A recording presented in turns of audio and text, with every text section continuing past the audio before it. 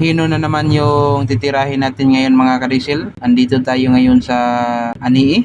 Anii yata itong lugar na ito, no? Sa may Claveria. Magtanong muna tayo kung ano yung problema ni busing nito sa unit niya. Imong bitlot ano yung RPM, bukan may abon siya. Sa imong kaya abon siya pero utong na po kayo. Kaya lalayan na din mo yun. Pamira lagi. Abot ka kuan RPM ko ato 15, 13 ano. Nakataas. Dili Kaso abot siya kaso. Dali naman. Hard start na nila ko nang pod. Dali. Dili ni ka. Pwede. Magtuig na po ni karong Marso ng zero amo ah. Magtuig. Nanay sa kalinya sa kuan init. Konduktor padong. Share ko po. Sa kalinya. Among pangikapikap ang kuan ba? Ang init man siya. Di man daw kuno dapat na mainit. Ang uban linya di man init. So, bali ang problema ni Sir is apat. Una, hard start. Simula nung kinuha nila itong unit na ito, sikanhan kasi ito, hard start na talaga ito. So, ang pangalawa is low power. Pangatlo is mausok. At yung pang-apat is yung mainit yung fuel lines niya galing pressure pump to common rail. So, yan yung mga titignan natin kung ano yung makaya natin na makuha sa apat na yan, no? So ngayon, ang pinakaunang problema talaga ni boss is yung unit niya ngayon is ayaw nang umandar. So ito troubleshoot natin para maka-andar itong unit na ito mga karisil, kung ano yung mga dahilan kung bakit ayaw na umandar itong unit na ito. So ang unang gagawin natin ngayon mga kadisil ay tanggalin natin yung bungee bolt na ito. So ang bungee bolt na ito is galing itong injector, return ng injector, no? At saka common rail. So bali tanggalin natin to kung malakas ba yung return dito. So yan, natanggal na natin yung bolt mga kadisil. So nagtaka ako dito bakit maitim yung bolt niya. So parang may halong langis, no? So titignan natin yan mamaya mga kadisil.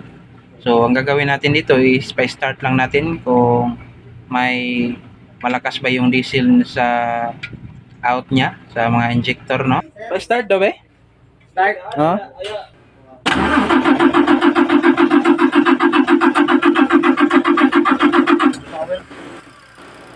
Para makasigurado tayo mga kadisil ay tanggalin na lang natin yung valve cover niya, no? So kasi yung common rail niya is nasa loob kasi ng valve cover at saka yung injector niya.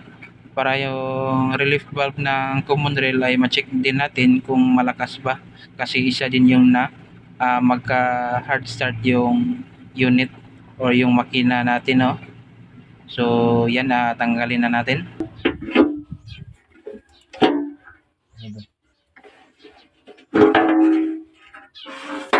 So ayan, natanggal na natin mga karisil, no? So napakaputi dito sa loob talaga. So ito yung common rail niya at saka yung injector nasa ilalim ng J-cope. Ito pala yung relief valve ng common rail mga karisil. So tanggalin lang natin itong bolt na ito. Tapos start natin kung may diesel ba nalalabas. Kung may diesel man ay isa ito sa dahilan na hard start. So dapat walang lumalabas na diesel sa mga karisil.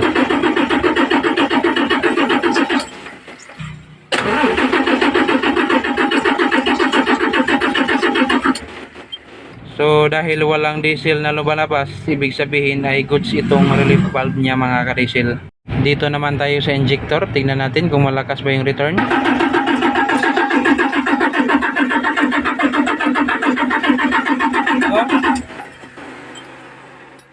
So halos walang lumalabas na diesel mga karisil. So ibig sabihin ay okay yung injector niya, no? So mahina naman yung return ng mga injector. So dito mga karisil, chinik namin yung diesel sa tangke kung ano yung kahimtang niya. So maitim yung diesel sa loob ng tangke mga karisil. So ibig sabihin na nahaluan ito ng langis mga karisil. So ang ginawa na lang namin is tinanggal namin yung transfer pump ng pressure pump mga karisil. So yan, nakita natin na yung bolt is maitim. So talagang may halong langis ito mga karisil yung diesel.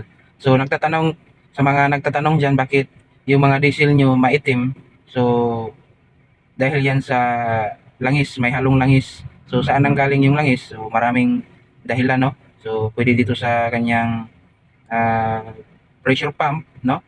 May oil seal yan. Sa mga hindi electronic naman, so pwede sa feed pump, pwede rin sa mga o-ring, mga ganun. So dito yung suspect namin sa pressure pump. So ayan, natanggal na namin yung ah, transfer pump niya, no, sa pressure pump. So ito yung shafting niya. So medyo may tama na pero hindi naman masyadong malalim pa. So balik lang natin yan. So ito na yung transfer pump mga ka-resil, at saka ito yung oil seal niya. So ayan, napalitan na natin ng oil seal. So pagkatapos ito ay ibalik na natin dun sa mismong pressure pump mga ka-resil.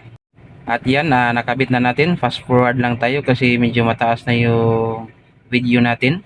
So ayan, nakabit na natin dun sa pressure pump, no. At dito naman tayo sa fuel filter, no. Tignan natin kung ano yung kahimtang niya dito. So kita natin na maitim din yung fuel filter mga ka-diesel at saka yung housing niya. So napakaitim na nito. So dahilan nito is yung naghalo yung langis at saka diesel, no. So yung langis is pumunta sa diesel. So yung langis niya hindi naman tumaas. So dito lang talaga siya sa diesel pumunta yung langis mga ka-diesel. Kaya maitim yung diesel at saka yung mga fuel system niya.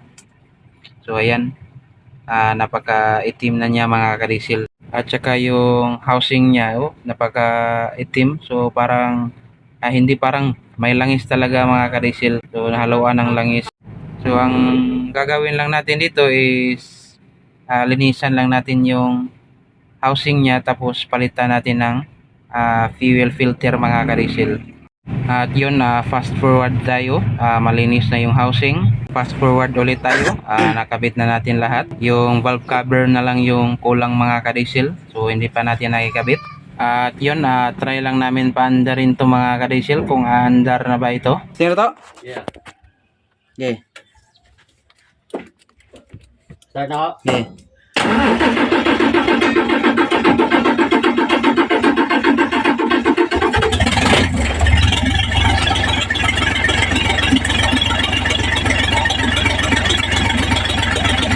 At yun, nakaandar na rin tayo mga ka-diesel. Dahil nakaandar na tayo ay patayin lang natin dahil ikumplituhin na natin. So yan, fast forward ulit tayo mga ka-diesel. So ayan, nakompleto na natin. So try na lang natin paandarin. Yeah.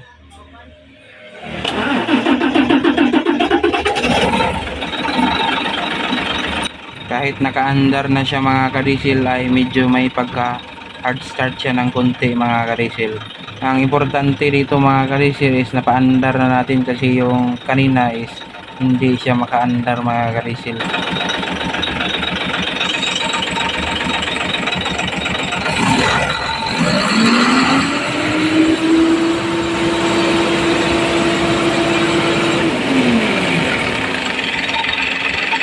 Sa mga nagtatanong, yung mga Hino user dyan, no, bakit mainit yung fuel system nyo, fuel lines nyo dito sa galing pressure pump to common rail. So gaya na lang nito, mainit yung isang fuel lines nya. So bakit mainit? Dahil dito sa PCV valve nya, yung orange mga ka-diesel. So yun yung papalitan natin dahil mainit. So dahil may pagka hard start ito mga ka-diesel, so buong PCB yung ipalitan natin kasama yung plunger mga ka-diesel. Ito rin yung dahilan kung bakit hard start yung engine mga ka-diesel at mainit yung fuel lines. So pinalitan natin ang buo ng PCB valve, no? So ayan, ikabit na natin mga ka-diesel at try natin paandarin kung madali na ba siyang paandarin at saka hindi na ba mainit yung fuel lines niya mga ka-diesel.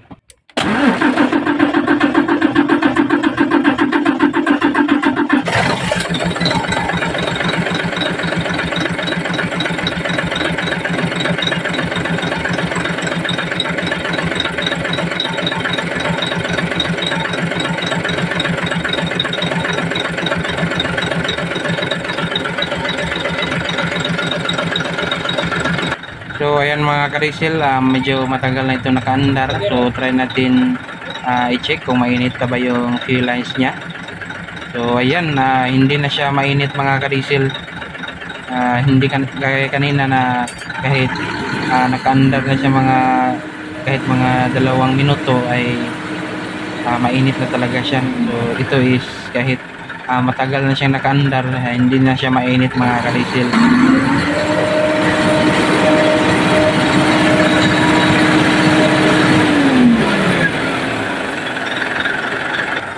Akyara ba? Okay, start.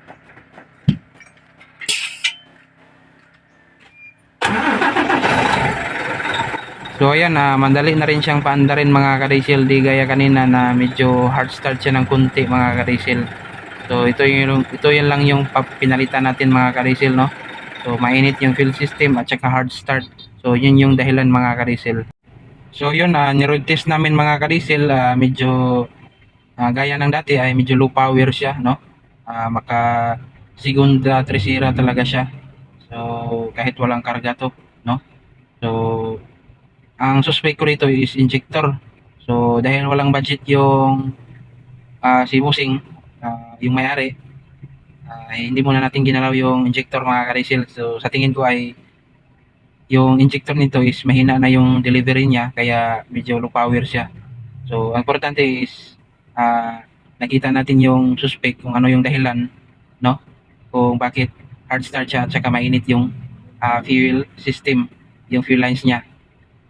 At saka yung mausok din, nawala na rin yung mausok. So anong dahilan yung mausok? So yun ang dahilan is yung naghalo yung langis at saka diesel, no? Hindi na diesel yung kinakain niya, pati na langis, kaya mausok siya. So yun yung dahilan mga kadiesel bakit mausok. So yun lang, sana sa mga Hino user dyan, no, paki-share na lang. God bless.